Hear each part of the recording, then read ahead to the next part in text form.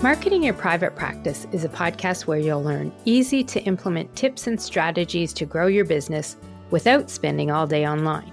I'm your host, Colaiacovo, and I teach practitioners the Thrive marketing method to create simple and streamlined plans by focusing on long-term strategies, not just social media.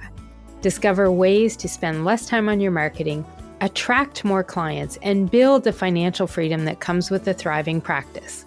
One where you have time left in your day for the people and things that matter to you.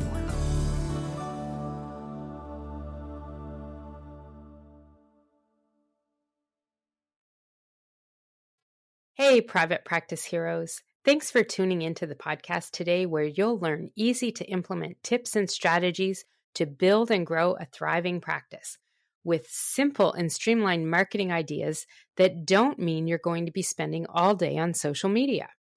I'm your host, Colaiacovo, and today we're going to dive a little deeper into content creation because I want to share with you some ways that you can cut down on how much marketing content you're creating. And I want to talk about this today because most practice and business owners that I have run into are creating at least 50% more content than you need to be effective with your marketing. And guess what? Creating more content just takes more time out of your day. So let's check out some ways that will help you reduce the amount of marketing content you're creating, which in turn will cut down on the amount of time you're spending on marketing. I'd much rather you be spending more of your time helping clients and not doing marketing. Well, I don't mean not doing any marketing, okay? Every business owner, of course, needs to do some marketing, but it shouldn't be the 80 in your 80-20 balance of time. 80% of your time should not be your marketing focus. It should be your client focus, your revenue generating focus.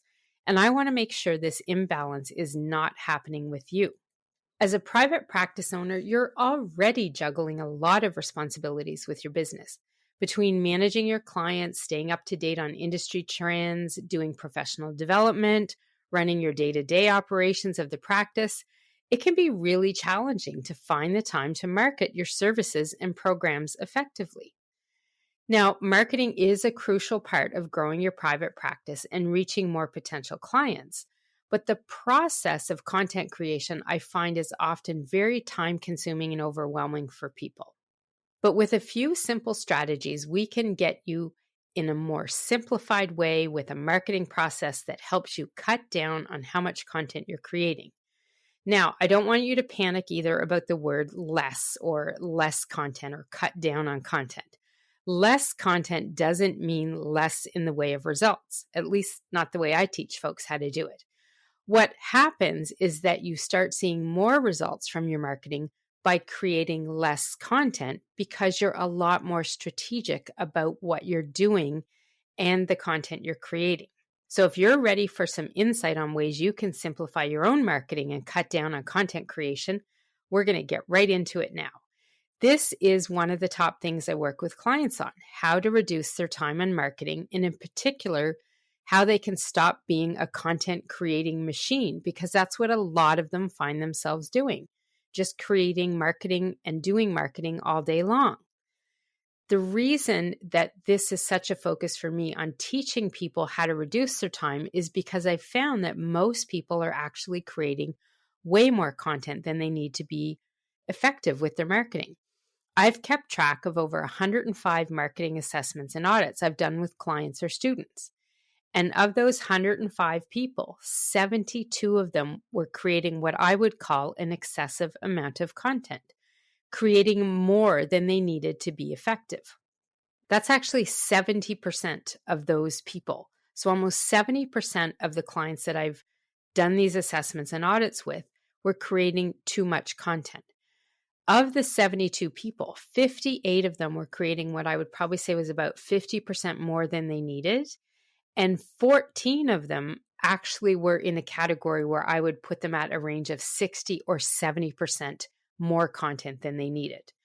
There was also a few people, not very many, not creating enough at all. I find what happens is people are trying to solve the problem of the marketing not working, so they start creating more and more content. And they're not being strategic and effective in the first place, so doing more of that isn't helping. But It's often what people say is, and they hear is, you've got to get out there and be online and post all the time on Instagram and Facebook and LinkedIn and Twitter. Well, that's not actually the case. And what ends up happening is you end up creating so much content and it takes so much of your time. And that's time that you could actually cut out of your marketing focus, be a little more strategic, and instead use that time to focus on the other aspects of running the business. So this is why having this simplified plan is so critical. So today we're going to get into the 5 strategies that will help you cut down your content creation, still being effective, of course, and cutting down on the time it takes to create it all. But the goal is to actually boost your results in the end because the content is created with a purpose. So strategy number 1 here is to know how much new content you need that you have to create for each cycle of new anchor content. This is the first step in simplifying your marketing process, is having a clear plan in place, knowing how much content you need and what you need to create. If you're creating what I call random acts of content, I promise it will take you more time and you'll end up creating way more content than you need. And in a few cases, it'll probably be that you're not creating enough. But most of the time, as I said earlier, people are creating more than they need. So knowing how much new content you need each time is all about taking the time to not only define your goals for your marketing, but know who the content is being created for. So you really have to have an idea of your ideal client and knowing and understanding what goal you want to happen with that content you're creating as it affects your ideal client. This is going to help you make sure that, number 1, you create content for the right person and that you're creating it with a purpose, a plan of some sort for people to do something with your business or your practice. Your plan should also include specifics on how much new content you need to create and when and where you're going to post it online. Typically, this new content will come from your new anchor content, which that is, if you've been listening to the show or been on my email list for any amount of time, you know that new anchor content is the main article that you're going to post on your website as a blog. If you're a podcaster, it will be the show notes for your podcast episodes that you post on your website. And I have to say, because I've run into this recently, if you do have a podcast and you're not putting show notes episodes on your website, then I would say message me right away and we should talk, because you really are missing tons of opportunities with your podcast content to get found online by not publishing those show notes on your website. Now, whether you create a blog or a podcast, this is new content you're creating. And it is something that you want to manage along with your consistent content plan. Getting your consistent content plan in place is going to be the plan that guides you. So every time you create a new article, you know exactly how much marketing content you're going to create along with that article. Because you don't want to just be writing a new article, putting it on your website, sending it out in your newsletter, and then ignoring any other aspects of marketing that could go along with that content. We talked a little more in depth on a consistent content plan in episode 28. This plan really is the big driver in knowing how much content you need to be effective with your marketing. So I will link to that episode in the show notes. But the thing that you need to understand is that consistent content plan is the plan that helps you fully understand how much content you need to create from your article for your marketing. What kind is it? How much do you need? The type of content you're going to need, and then knowing and understanding where it's going to go after you create it. All of that is guided by your consistent content plan. Now, if you're not sure what that is, you are in luck right now. If you're listening to this episode before March 21st, 2023, you can actually get some training on creating your own consistent content plan in a free marketing momentum bootcamp I'm hosting. So I will have information in the show notes on how you can sign up to that. And you will be able to really walk away with your own consistent content plan from that bootcamp So if you're ever wondering, what kind of content you need to create, how much, where you're going to post it, what you're going to do with it, this bootcamp is one you want to join in for sure. The other bonus to having this plan in place so that you know how much new content you need to create every cycle that you're creating that new article, this is going to actually make it a lot easier for you to create content that not only resonates with your ideal client, which is a goal we want, but that content will lead to more results because your plan keeps you from creating random content without a purpose. So you're going to be creating very specific content, and the content that you do have and you're putting out there has got an end goal of somebody either doing one of three things. They're going to either just learn about your business, your company, they're going to convert and either become a lead or a consult or a client from the content you put out there, or the whole purpose of that content is for you to engage with people online that you're connected to. So this plan, this consistent content plan, is really going to be the factor that helps you know and understand fully how much new content you should be creating every time you create a new blog article or a new podcast. So that is strategy number one. Strategy number two is that you want to use a mix of new content and evergreen content in your overall marketing plan. So all of your marketing content doesn't have to be brand new content that you create. In fact, if it is, that's probably the fastest path to creating more content than you actually need. The way I teach clients and students to mix their content is by having a stock of evergreen content that can be used in your marketing anytime, any day, anywhere. It still has a purpose, but the big benefit of using evergreen content is it keeps you from creating new content all the time and creating a lot more new content than you need. The evergreen content can be used anytime. It's not dated.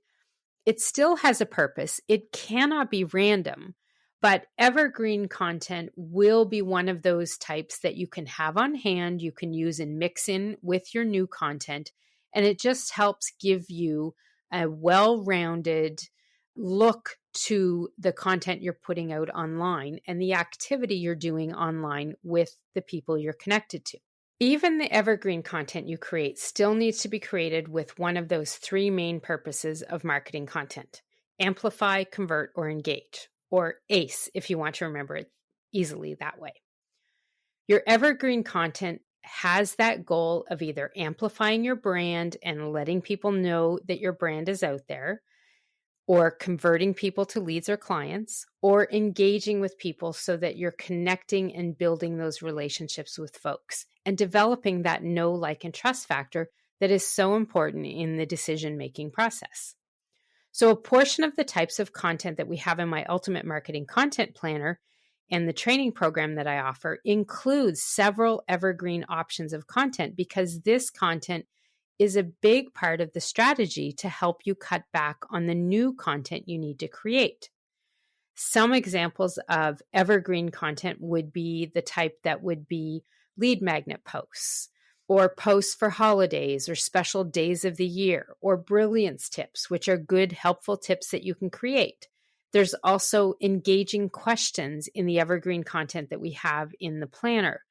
These are all types of content that you can have on hand to use and mix into your new content, and it saves you from having to create a ton of new content in order to be active with your marketing. So evergreen content helps you really fill in the content planner and keeps you active, but it's not something that requires time to create it new all the time. We typically have a whole stock of this that we can use and pull out whenever needed. And part of the marketing strategy is actually to use this on a regular basis.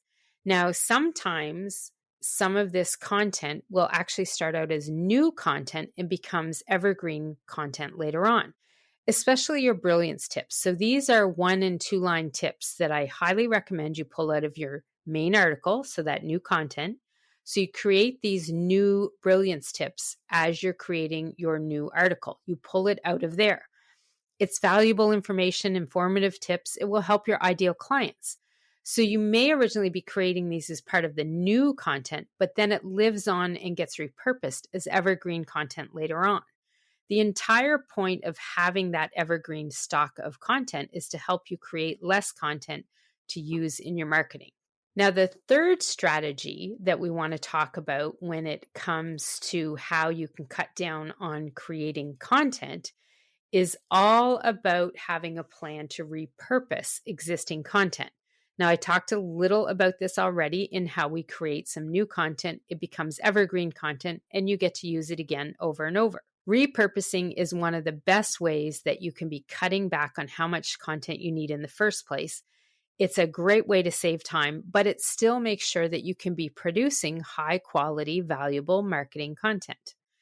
There are many ways that you can be repurposing your content, but a lot of it is based upon having a system in place to know exactly what kind of content you're going to repurpose and for what reason. When you know this before you create the content in the first place, this is what guides you into what you need to create, and it also helps stop you from creating too much.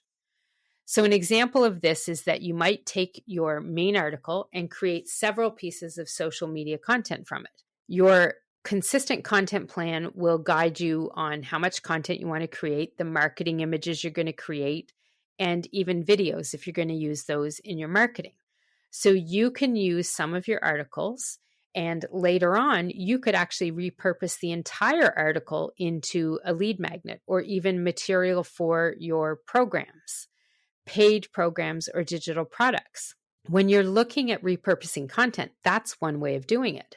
But another way is simply to use those social media posts and repurpose those to use on other channels and to use on other ways within your marketing. And this is an entire system that I have built called the Thrive Marketing Method. And it's the one we focus on in the Academy, where I teach people how to do their marketing straight from learning and understanding SEO to figuring out what kind of content to write and create for your articles, for your blogs, and then how you pull that out and create marketing content from it. So having an entire system for repurposing your marketing content is one of the things that will help you cut back on your marketing content in a really big way. Repurposing plans will help you guide yourself into the less content and more results reality that I talk about. Now, the fourth strategy may be one that you're not necessarily thinking you're ready for right now, and not everyone is, but I want you to put this one in your back pocket and consider when it might make sense for you and when it's a possibility. So the fourth strategy to cut back on how much content you're creating is actually to outsource some of your marketing tasks when possible. If you're struggling to find the time to do your marketing and create content, you can really look at outsourcing some of your work to a virtual assistant or an admin. This will be a big time saver for you and make sure that you're really consistent with your marketing as well. Now, there's two reasons folks usually try to avoid the outsourcing option, because it does mean making a commitment to someone else and to your practice. But that is the reason number one. It means you're going to be committing to paying someone else to do the work. But I promise you that outsourcing will save you time in the long run, and it helps ensure that your marketing efforts are consistent and effective. Think about the time that you're putting into your marketing right now. If you can bill $100 an hour for your time, but if you're paying someone $40 or $50 an hour to do some of the work for you, you will be ahead in the long run, I promise. Plus, I can almost promise you that the other person will be a lot more efficient than you are. So what might take you an hour would take them less. So I often look at outsourced work as typically being worth at least 2 hours of time from the owner. So if you think about it, if you're going to save 2 hours of your time, you could be out there billing $100 an hour. You're going to make $200 working with a client for your 2 hours that you've saved by outsourcing the work. But maybe you only have to pay someone $40 for that time. I know this is really basic math here, but I want you to understand that when you're looking at this kind of thing, you've got to factor in the cost of the time and how much your time is actually worth for what you're doing. The other reasons folks avoid this option is that they think it means losing their authenticity and their voice in their marketing content. And this is so far from the truth. And I know many folks will argue this point with me.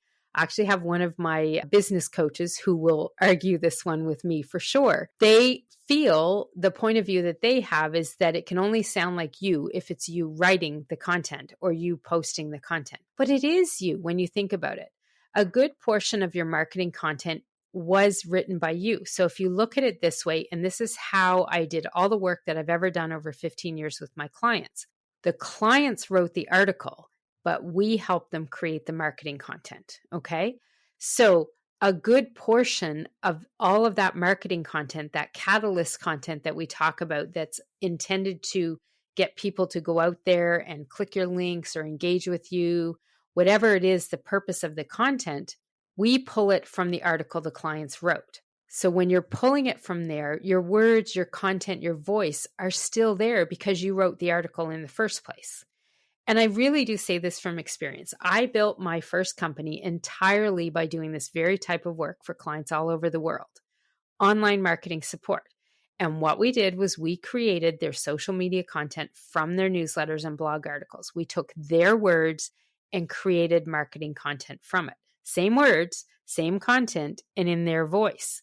And it works and works well as long as the client remembers that they have to fill in the blanks and go online and network and engage with people in their voice. So an outsource person can help you by creating the content you need for your marketing, maybe even publishing and scheduling it online. But you as the business owner, as the face of the business, need to get out there and connect and engage with people. I will tell you that whenever I had, and I was only a few times in all the time that I worked with clients, we only had a few that their marketing didn't work well. And it was always the clients that just couldn't get into that practice of going online and networking and connecting and talking and engaging with people. So I really do believe that it is possible for someone else to take your original words and convert them into content for your marketing because they're still your words. But they've got to be followed up with the connecting and the engaging directly with you as well. So cutting down on the content you create for your marketing can definitely be helped by outsourcing some of those tasks. But you've got to promise me that you will remember that you want to maintain your voice in the articles, and you do that by connecting and networking with people live online.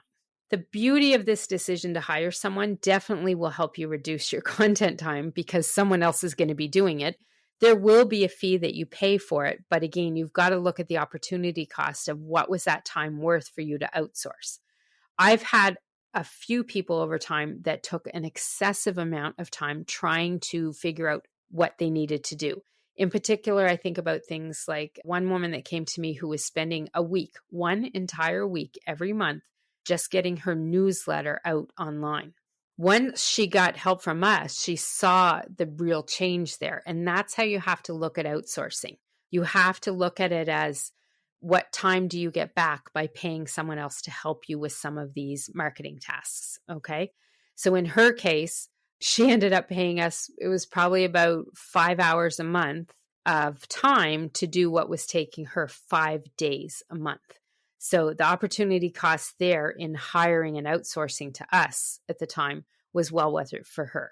So think about that when you're thinking that outsourcing may not be for you.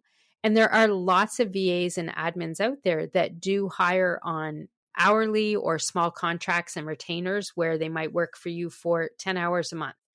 Well, if you think about it, 10 hours is only a couple hours a week when you divide it up by the week. So it's not a lot of time, not a ton of cost to you. So when you're at the place where you can afford that, it is one way to help you get there.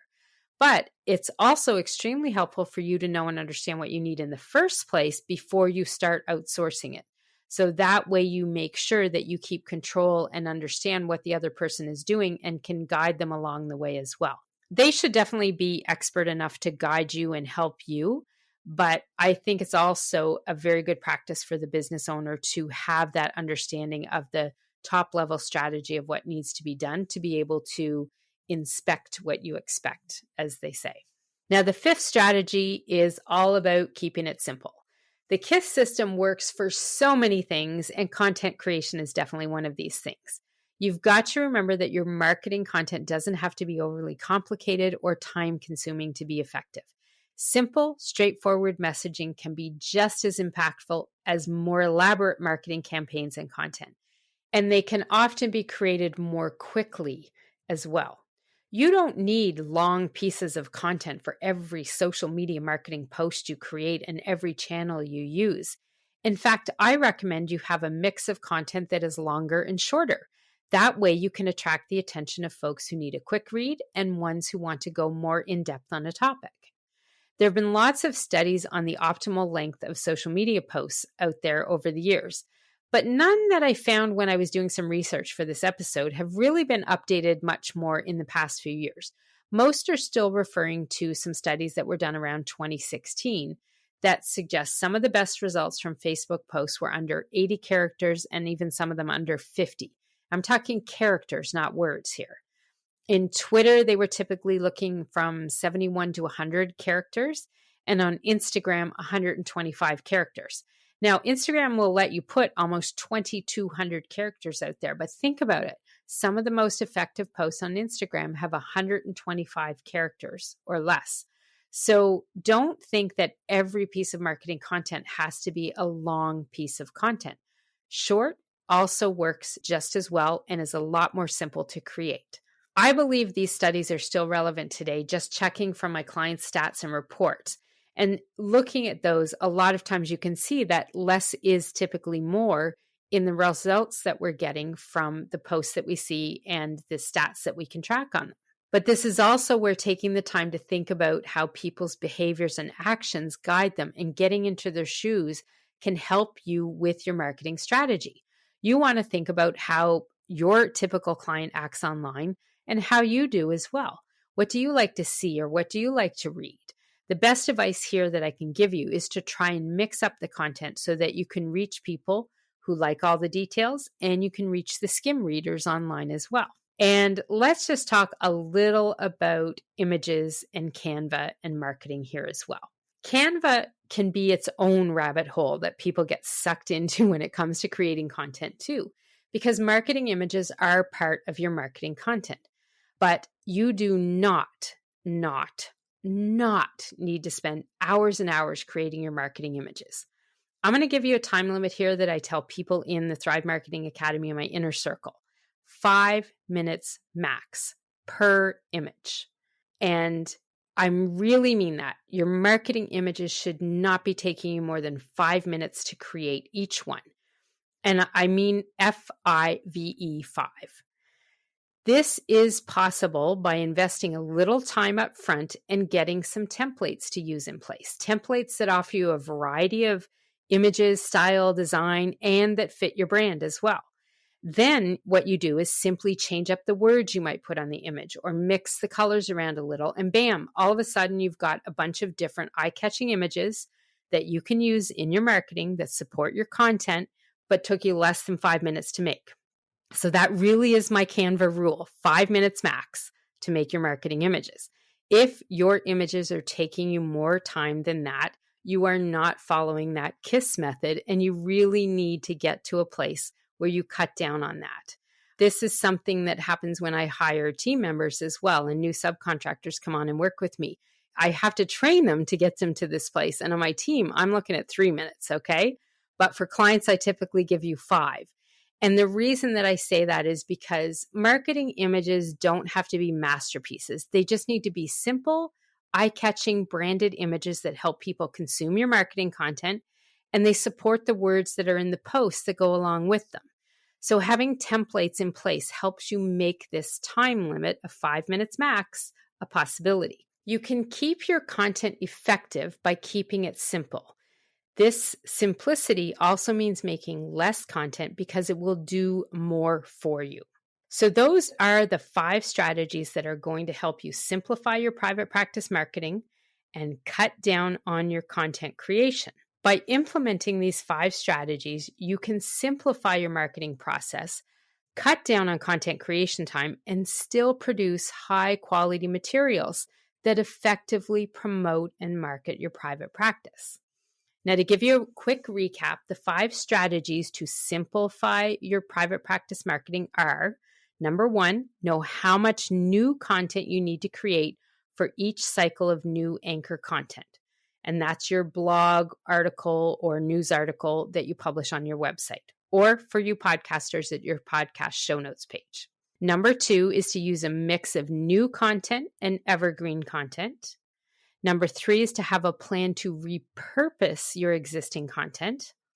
Number 4 is to think about outsourcing when this becomes possible for you.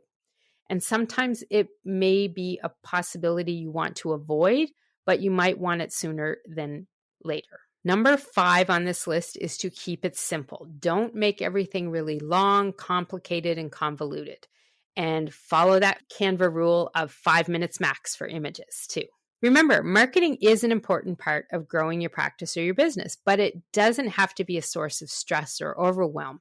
And it shouldn't be that source either. It also shouldn't take you down that rabbit hole of creating content and more content. With a clear plan, some simple tools and strategies, and a focus on efficiency, you can achieve your marketing goals without sacrificing your time or energy when you're creating marketing content. So, what is your action step from today's lesson? Number 1, I want you to assess your current content creation habits and activities. Look at that content that you're doing, how you're doing it, and think about whether or not it's not exactly what I call the Goldilocks amount of content. Is it too much? Is it too little? You really want it to be a good mix. You're probably going to find that you're on the end of too much or too little, and most people are creating too much. So look at how you can incorporate these 5 strategies into your content planning process. Start with one strategy at a time so you don't overwhelm yourself by trying to implement all these changes all at once. Combine this with being purposeful with your marketing content and create only what you need. And that's how you're going to find yourself with more time to get out and help clients and stop doing marketing and more marketing. Be sure to sign up for my Marketing Momentum Bootcamp too, so that you can learn to create your very own consistent content plan, one that's easy to follow and implement. You can grab the link to the bootcamp and all of the other resources I've mentioned in the show notes for this episode by visiting marketingyourprivatepractice.com, and be sure to hit follow on your favorite podcast player so you don't miss any new episodes.